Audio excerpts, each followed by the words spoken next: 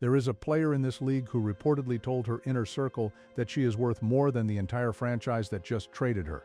Not worth more than the draft picks, the trade returned.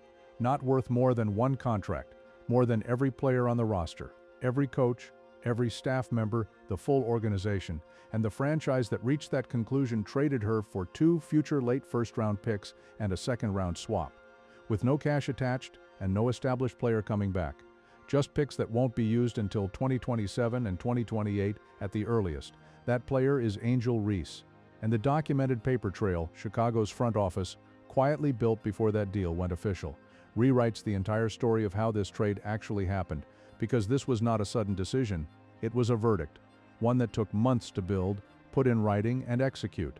And it has everything to do with the new standard Caitlin Clark's Indiana Fever has set for what competing in this league actually requires. If you've been watching the WNBA's landscape closely, this trade probably didn't shock you. What's been missing from every surface-level reaction video is the actual documented timeline behind Chicago's decision, because the publicly available record, including an official half-game suspension, formal organizational language, and a string of incidents with real paper attached to them, tells you exactly how a 2-time All-Star ends up valued at 2 late picks. And understanding that record tells you something important not just about Angel Reese, but about where this league is heading in an era when one franchise has fundamentally changed what everyone else needs to build. If this kind of full-picture breakdown is what keeps you coming back, hit that like button right now. It signals the algorithm that this story deserves a wider audience, and it keeps us in a position to keep doing the investigative work nobody else is doing on this league. Let's start with the moment Chicago stopped pretending, not the trade itself, not the locker room leaks that surfaced in the hours after the announcement. The September suspension, when Reese sat down with the Chicago Tribune and publicly told reporters that the Sky needed to get great players, and called it non-negotiable, she was not raising concerns in a team meeting. She was not pulling a coach aside behind closed doors. She went directly to the press, on the record, and told the organization they were not good enough for her, while still under contract, while still listed as a core piece of the roster. Chicago's response was official and immediate. They benched her for half a game and applied the formal classification of conduct detrimental to the team. That phrase matters enormously, and it does not get deployed casually. Organizations use detrimental to the team as paper trail language, the kind front offices apply specifically when they are building documentation for a personnel move they have already decided on internally, but have not yet executed publicly. When Chicago put that label in writing, they were not reacting emotionally to a single bad press quote. They were creating a record, because you do not suspend your own 2-time All-Star over one interview if the working relationship still has a viable path forward.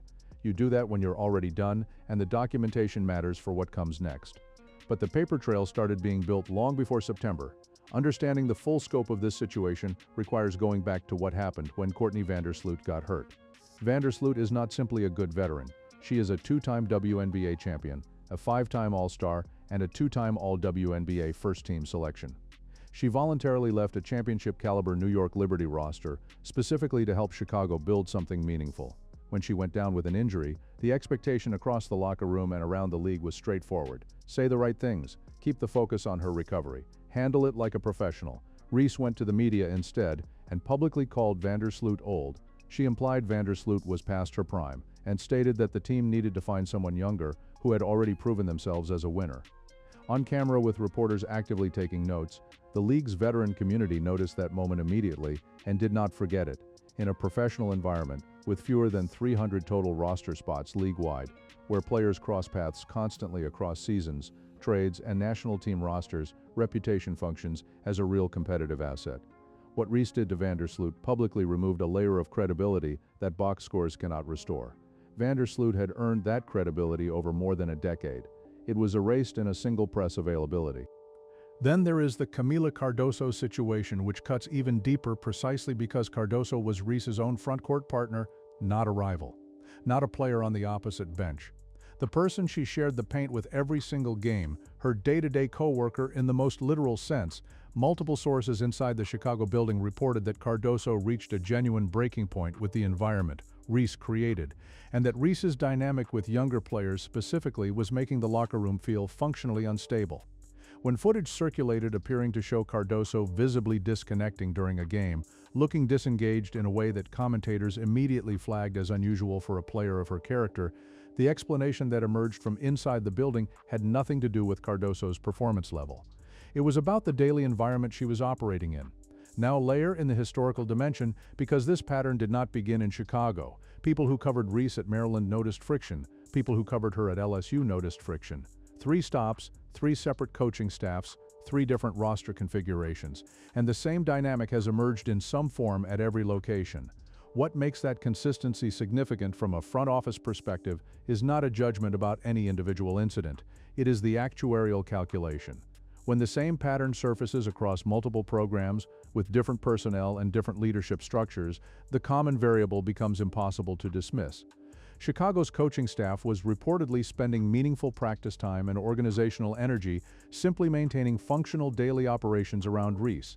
That overhead is invisible in any stat sheet. You cannot see it in the rebounding totals, and there is no column in the box score for locker room management cost. But it shows up in the trade return because a franchise with genuine leverage over a productive player at the peak of her statistical output does not accept 2 late first-round picks and a second-round swap. A franchise that has already decided the problem needs to go takes the deal that makes the exit possible and moves on. That is the real calculation Chicago made, not a basketball decision in the traditional sense. An organizational calculation about what the cost of management had become relative to the value of what was being produced, and the answer they arrived at was clear enough that they moved her for pocket change and reportedly felt relief doing it. And here's the part of that math that gets overlooked in every reaction take. The efficiency argument against Reese had been sitting in plain sight for 2 complete seasons in Chicago, and nobody wanted to say it loudly enough. Her rebounding numbers are legitimate. She led the league in that category across both years, and nobody disputes that production. But her shooting range is essentially non-existent at the professional level. Her pick-and-roll partnerships do not generate clean looks for the guards operating beside her. A meaningful portion of her offensive production comes from grabbing her own misses on the offensive glass rather than creating new opportunities within a designed system. Chicago's rebuilt offensive philosophy requires floor spacing, guards with room to operate in open space, and a front court partner capable of functioning at the top of the key. Reese does not provide any of those elements. Every game she played in that system required a structural workaround, and Chicago decided they were finished building an offense around workarounds. The September suspension was Chicago putting all of that in writing. When the front office formally called her Tribune comments detrimental to the team, they were not reacting emotionally to a difficult interview. They were creating documentation for a move they had already made internally. The paper trail came after the decision, not before it. And that sequencing tells you everything about how final this verdict really was. And that conclusion has forward-looking implications that extend well beyond one front office making one trade. So drop your take in the comments right now. Do you genuinely believe Angel Reese and the Atlanta Dream can compete with Caitlin Clark and the Indiana Fever in 2026? Because the answer to that question turns on a set of structural realities we are about to break down completely, and the basketball math here is more damning than the drama. The on-court dimension of Reese's exit from Chicago runs parallel to the organizational one, and the most visible chapter in that story involves her documented encounters with Clark across 2024 and into the 2025 season. The flagrant foul situations drew repeated league attention, and what made them stick in the public conversation was not just the physical contact itself, but the widening, increasingly obvious gap between what Reese said publicly after each incident and what the video footage showed anyone willing to go back and watch the replays. That gap was noted in broadcast commentary, discussed across media platforms, and observed by league officials in a way that created a cumulative visibility problem that no single good rebounding game could neutralize. The 2025 season opener against Indiana elevated the situation to an entirely different level. Reese and Clark got tangled up, drew offsetting technical fouls, and after the final buzzer, Reese publicly framed the entire sequence as discrimination. That framing reportedly caught several of her own teammates completely off guard. They were not expecting her to go there, and the internal read from people inside the building was that it turned a basketball incident into a media narrative that the organization was now obligated to actively manage. That kind of noise requires resources, attention, and front office bandwidth that could have gone somewhere constructive, and it came at a moment when Chicago's leadership was already sitting with a set of conclusions they had reached privately. Then came the late-season absences. Reese cited a back injury and missed a stretch of games that aligned, according to multiple observers, almost perfectly with the periods when internal accountability conversations inside Chicago's building were reportedly at their loudest. The front office had mentally moved on from the relationship, and then the private jet footage became public.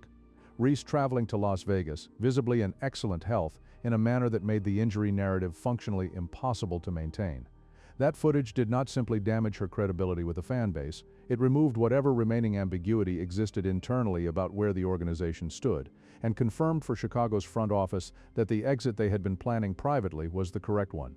Before we go further, if our coverage has consistently been where you come to get the full picture on what's actually happening inside this league, consider joining the channel as a member. Your support is what makes it possible for us to keep pulling back the curtain on stories like this one, and every member directly fuels the research that goes into breakdowns, like what you're watching right now.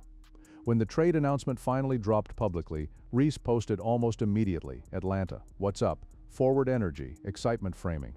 But behind that post, multiple reports surfaced describing her reaction as genuinely furious, and specifically, not just furious about being traded, but furious about the public narrative Chicago attached to her departure. The detrimental to the team classification was still circulating in every article covering the deal. The locker room stories that leaked alongside the announcement were running across social media simultaneously. The Sky's official statement, describing the trade as designed to achieve roster balance, read to virtually every media voice covering the story as thinly veiled organizational relief, dressed in the most diplomatic corporate language available. She reportedly felt the franchise was deliberately burning her reputation on the way out the door, using the exit as an opportunity to control the story at her expense, and then came the quote that reframes the temperature of this entire situation. Reese reportedly told people close to her that she is worth more than the entire Chicago Sky, not more than the picks they received, not more than one specific contract, more than every player on the roster, every coach, every staff member, the full organization, every piece of it, and the franchise that landed on the receiving end of that framing traded her for picks. They will not touch until 2027 and 2028 at the earliest, in a draft landscape where most late first-round selections never establish themselves as meaningful rotation contributors at the professional level. If your circle of WNBA fans needs to hear this full picture, the documented timeline, the organizational verdict, the structural implications, share this video right now. The algorithm amplifies stories that generate real engagement from real audiences, and this is exactly the kind of analysis that gets buried when the louder, simpler takes dominate the conversation. Now let's talk about what Atlanta actually inherited, because the structural basketball reality here carries more weight than any single piece of the drama. The Dream's front court was already a problem before this trade arrived. Brittney Griner still carries genuine post presence. Her physical impact in the paint is real, and her name still commands respect around the league, but Griner cannot function as a pick-and-roll defender chasing Aliyah Boston through the baseline actions Indiana runs, and she cannot rotate fast enough in transition to contest the corner threes that Clark's offense systematically manufactures. Clark is not simply a shooter, she is an architect of offensive structure. Every read she makes with the ball in her hands creates a cascading problem for the defense, a second decision point, a third option opening up, a gap that the defense has to choose between covering. The version of that architecture that does the most damage works precisely when the opposing front court cannot protect the perimeter in transition, because that forces defenders into impossible choice positions against a team with Boston posting, Mitchell coming off screens, and Clark operating from anywhere on the floor. Adding Reese compounds that specific defensive liability rather than solving it. Her shooting range at the professional level is essentially non-existent. Her pick-and-roll partnerships do not generate clean looks for the guards beside her. A meaningful share of her offensive output comes from offensive rebounds on her own misses rather than from creating new opportunities within a designed system. Every game she plays alongside Griner in Atlanta's front court puts two non-shooting bigs on the floor against a Fever team that forces every opposing defense to cover the full three-point arc simultaneously. That configuration is not a matchup challenge, it is a structural mismatch that Indiana's coaching staff will game plan around from the first possession. And here's the verdict that carries the most weight, if you are Angel Reese. Chicago did not shop her across the league looking for the highest available offer. They chose Camila Cardoso specifically. They sat down internally, looked at both players side by side with full context, statistical output, system fit, locker room cost, long-term roster construction, and decided a younger center who works within their spacing philosophy, does not generate internal friction on a recurring basis, and can function at the top of the key without requiring daily workarounds, was worth more to their future than a two-time All-Star rebounder with proven numbers. That is not a salary decision, it is not a cap calculation, it is a direct organizational statement about who Chicago wants to anchor what they are building, and Reese lost that comparison directly. Saying a player does not fit is a colder verdict than saying a player is not good enough. Not good enough leaves room for improvement, for a different system, for time and development. Does not fit means the problem is everything that comes with the ability, the locker room overhead, the press management, the workarounds baked into the offensive system, the accumulated documentation, all of it. And Atlanta now inherits every single piece of it. Not a quieter or reset version, the exact same package Chicago decided was too expensive to carry. Meanwhile, Indiana sits in the Eastern Conference with Clark returning healthy, Aliyah Boston and Kelsey Mitchell, both operating at all-star level, and enough depth across the roster to make the Fever genuinely difficult to guard for 4 consecutive quarters. The Fever still have real needs. Backup point guard depth and an additional stretch big would make them a different kind of threat in a playoff series. That roster is not without gaps, but it is built around a coherent, scalable identity that runs directly against everything Atlanta is now assembling. Jersey sales jumped in Atlanta after the trade was announced. The Dream's social media numbers grew, but jersey sales do not guard Kelsey Mitchell coming off a pin down. Engagement metrics do not close out on Clark in transition. And the gap between marketability and winning is exactly what Indiana plans to make visible every time these two teams share a floor in 2026. What Chicago documented, what the organizational record shows, and what Atlanta just inherited, is the most public example yet of a WNBA franchise acknowledging that the price of ignoring culture, system fit, and sustainable internal dynamics has risen beyond what a front office can absorb in the current era. The Clark effect changed that calculation across the entire league, because when one franchise is operating at the level Indiana has reached, every other team's inefficiencies become more expensive. The teams that internalize that lesson earliest will be competing in May. The teams still building around workarounds will be watching. The first time Indiana and Atlanta share a floor in 2026 is going to put every question this trade raised to a live test in real time. Subscribe and turn on notifications right now, because when that game happens, we will be here with the full breakdown before anyone else has finished processing the box score.